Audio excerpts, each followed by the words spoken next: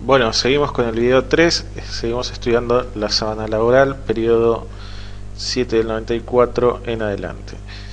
Estamos con la parte de transferencias. En la parte de transferencias entonces tenemos destinos, después el número de transferencia y el importe que se transfiere en ese momento. Acá, como ven, por ejemplo, tenemos un importe con un concepto 103. Esto seguramente son intereses, ¿sí?, o alguna rectificativa que podemos ver que se presentó por el empleador, en el cual se han integrado algunos importes que se adeudaban respecto de los aportes previsionales. Y cuando vemos el importe 101 es que se ha hecho el aporte completo correspondiente al salario que se declara por ANSES. Entonces, y nosotros en relación de dependencia siempre vamos a tener el importe 101, ¿sí?, como importe de transferencia, o a veces aparecen algún tipo de importe 103 si es que se integran intereses o pagos fuera de términos por parte del empleador. Pero una vez que se completó a través de estos pagos 103 el importe total, siempre tiene que aparecer el 101, ¿sí? Con lo cual podemos ver una larga lista de aportes 103, por ejemplo, y en algún momento tendría que aparecer el 101. En el caso de los trabajadores autónomos, el código que aparece es el código en esta barra, va a ser el código A14 para el pago del capital y el código A17 en el caso del pago de intereses, ¿sí? No va a aparecer ningún 101, solamente el código que les mencioné antes y los conceptos que se están aportando. En la parte de quit, si es un trabajador en relación de dependencia, va a aparecer el quit de la empresa. Y si nosotros queremos saber el nombre de este empleador, si es que este empleador se encuentra con inscripción activa, tenemos que ir en la página de AFIP y buscar la constancia de inscripción. A ver, acá está. En la constancia de inscripción con el número de quit podemos saber el nombre de ese empleador, ¿sí? Esto es muy práctico al momento de armar el cómputo previsional. Podemos consultas y vemos que el empleador es la Empresa Nacional de Correos y Telégrafos en liquidación, es decir, Entel. Esta persona trabajó creo que más de 40 años en Entel. Bueno, volvemos a la sábana. Entonces recuerden, para buscar quién es el empleador siempre tenemos que copiar el número de quit que surge de la sábana laboral y vamos a la constancia de inscripción en la página de AFIP, www.afip.gov.ar, ¿sí? Constancia de inscripción, y ahí verificamos. Volvemos a la sábana, esperen un segundo, acá estamos. Bueno, en el caso, recuerden, de los autónomos siempre va a aparecer en el destino como el código A14 o A17, que es el código de transferencia de este tipo de trabajadores, y en el caso de relación de dependencia el código 101. En el caso de servicio doméstico hubo una reciente, ya pasó casi un año y medio, de una modificación en la parte de identificación de este tipo de trabajadores, y en el caso de servicio doméstico el concepto de transferencias aparece con el código 001 en el caso del capital del formulario 102, 003 en el caso del interés del formulario 102, y en el caso del formulario 575 el concepto de capital es el 008 y 009, si mal no recuerdo. Esto, para aquellos que no hayan entendido qué es, no se preocupen, que a medida que vamos viendo el tema del servicio doméstico, ya casi al final del curso, van a poder entender de qué se tratan estos cuatro conceptos. Bueno, sábana laboral en periodos del año 70 hasta el año hasta junio del año 94. Esta es la parte de la historia laboral donde estamos sumergidos en el sistema público de reparto de la ley 18038 y ley 18037. La ley 18038 es la ley que se aplicaba en esta época a los trabajadores autónomos. En el caso de los trabajadores autónomos, vamos a salir un poco de la sábana de aportes y vamos a ir a la página de ANSES.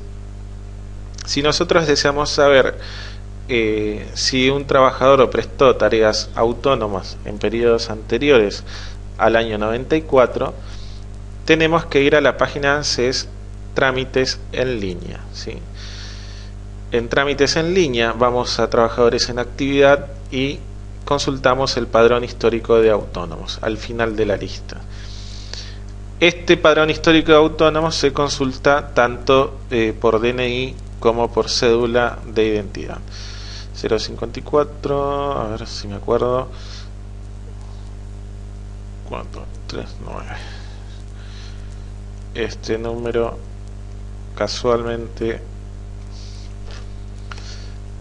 es de mi madre, que ya está jubilada, ¿no? Bueno, acá podemos ver los datos del padrón histórico de autónomos. El padrón histórico de autónomos es la base de datos que llevaba la caja de autónomos y que con mayor intensidad y prolijidad fue manejada entre el año 70 y el 94. No digo que fue una base de datos excelente, pero bueno, fue una base de datos correcta, por lo menos aparece, ¿sí? Por lo general. Recuerden, por cédula o documento de identidad nosotros identificamos que un trabajador prestó tareas en como trabajador autónomo. Esta base de datos ha tomado más relevancia ahora todavía con la reforma de la resolución 555 del año pasado en cuanto a la probatoria de servicios autónomos, ¿sí? Y sobre todo por una resolución en conjunto entre ANSES y AFIP, donde se exonera a AFIP de modificar los datos de periodos que ya se encuentran prescriptos para la materia previsional. Por ejemplo, en datos que tienen más de 10 años de antigüedad. Si hacemos el cálculo, todos los datos anteriores al año 94 tienen más de 10 años de antigüedad, con lo cual AFIP sobre esos datos no tiene la obligación de modificar ningún tipo de base de datos, ¿sí? Antes sí lo hacía, en este momento no lo están haciendo. Bueno, acá el dato que nos interesa en principio es el número de cuenta, ¿sí?, que va a aparecer, y la fecha de inicio de la actividad y la actividad, ¿sí?, en la cual se desarrolló esta persona. En principio, si va a ser un jubilado, ¿sí?, de ley 24241, en el caso de un trabajador autónomo tendríamos que respetar la actividad, ¿sí? No así en los casos en los cuales yo voy a optar por una ley de moratorias como es la ley 24476, pero bueno, es algo que vamos a ver en profundidad más adelante. Entonces, nosotros chequeamos de esta manera que esta persona es trabajador autónomo desde el año 86. En el caso de relación de dependencia, el chequeo también, ANSES tiene esta base de datos. Es una base de datos que no ha sido ni transferida ni nada, es propia de ANSES, con lo cual AFIP no tiene manejos de la base de datos de los periodos anteriores al año 94, ¿sí? Esto, aquellas personas que por ahí están un poco más avanzadas, en la página de AFIP, a través de la clave fiscal de cualquier cliente, pueden ver que en la sección Mis aportes solamente se registran periodos del año 94 en adelante. Todos los periodos anteriores son bases de datos propias de ANSES, tanto en trabajadores autónomos como en relación de dependencia, ¿sí? En el caso de los trabajadores en relación de dependencia, el periodo, ¿sí?, el registro de los periodos trabajados se hace en forma anual, ¿sí? En esta época del año 70 al 94 vamos a ver que contamos con el año, ¿sí?, en el cual se prestó tareas, el apellido, ojo que en este caso, bueno, es varón, pero hay muchas mujeres que están con el apellido de casadas, ¿sí?, con la base de datos, con lo cual no se asusten si ven que bajo el número de documento de su clienta aparece otro apellido y la señora se niega a reconocer que alguna vez estuvo casada. Eso puede suceder. Bueno, entonces vamos a contar con el apellido del titular. Recuerden que puede ser una mujer que estuvo casada en esta época y aparece con el apellido de casada, que lamentablemente no va a poder modificar por más que nos pida su modificación. Luego tenemos el código de servicios, ¿sí?, que el código de servicios es el código de actividad en el cual prestó tareas. En este caso 00 es el código de actividad comunes, ¿sí?, no es el código de actividad. Hay distintos códigos de actividad. Yo después les voy a mandar un archivo que es de todos los códigos de actividades que pueden aparecer. Por ejemplo, puede aparecer 009, ¿sí?, que es una actividad insalubre, 01, que son choferes de colectivos, y distintos tipos de actividades insalubres, porque esos abarcan a varias actividades, código 33, etcétera. Hay muchos códigos que pueden aparecer en este sector que nos van a indicar o nos van a dar un indicio si esa persona prestó o no tareas de carácter insalubre o de agotamiento prematuro. Bueno, luego aparece el alta y la baja en los servicios. Esto es muy importante para la probatoria de servicios, ya que no se puede declarar servicios más allá de los periodos de alta y baja que surgen en la zona laboral, salvo que contemos con prueba que demuestren que esta persona prestó tareas. En este caso nos aparece 00, ¿sí?, pero supongamos que nos aparezca un alta en el mes 4, ¿sí?, y una baja, no sé, en el mes 12, ¿sí?, en esta prestación de servicios. En este caso debería ser 8 meses de servicio, ¿sí?, los que se prestaron como tareas. Bueno, esto debería estar correcto. A veces esto nos puede aparecer en 00, no importa. No importa la cantidad de meses trabajados que aparezcan en pantalla, lo que importa son las altas y las bajas, ¿sí? En este caso, bueno, tenemos que nos coincide que siempre ha tenido 12 meses trabajados a lo largo del año calendario. Después tenemos, bueno, cantidad de meses trabajados. En este caso, bueno, acá podemos ver que en el año 94 trabajó 6 meses. Esto, recuerden que hubo cambio de sistema a partir del año 94 en el mes de julio, con lo cual ya nos estaríamos yendo a la otra carilla de la sábana laboral. Después la remuneración total percibida por el trabajador en el año calendario. Estas remuneraciones están hechas con valores históricos, con lo cual no se crean que esta persona ganó a lo que es actual esta suma de dinero, sino que es un valor que tendría que ser actualizado por índices. ¿Sí? Esto, al momento de hacer el cálculo, ANSES utiliza índices propios de actualización. La remuneración entonces aparece en forma total durante el año calendario. Después tenemos número de cuenta. El número de cuenta es el número de identificación de los trabajadores, ¿sí?, del empleador, perdón. El empleador aparece, aparte de la razón social, un número de cuenta al cual la persona le ha prestado tareas. A veces las empresas pueden cambiar tanto de razón social, ¿sí?, muchas veces, y a veces cambian de número de cuenta, con lo cual eso va a ir variando dependiendo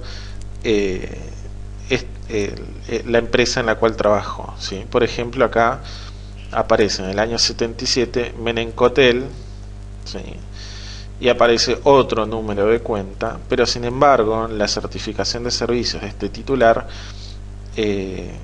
Menencotel es una empresa también que había sido parte de la empresa nacional de telecomunicaciones, con lo cual es el mismo empleador. Eso por lo general aparece aclarado en las certificaciones de servicios que están bien hechas.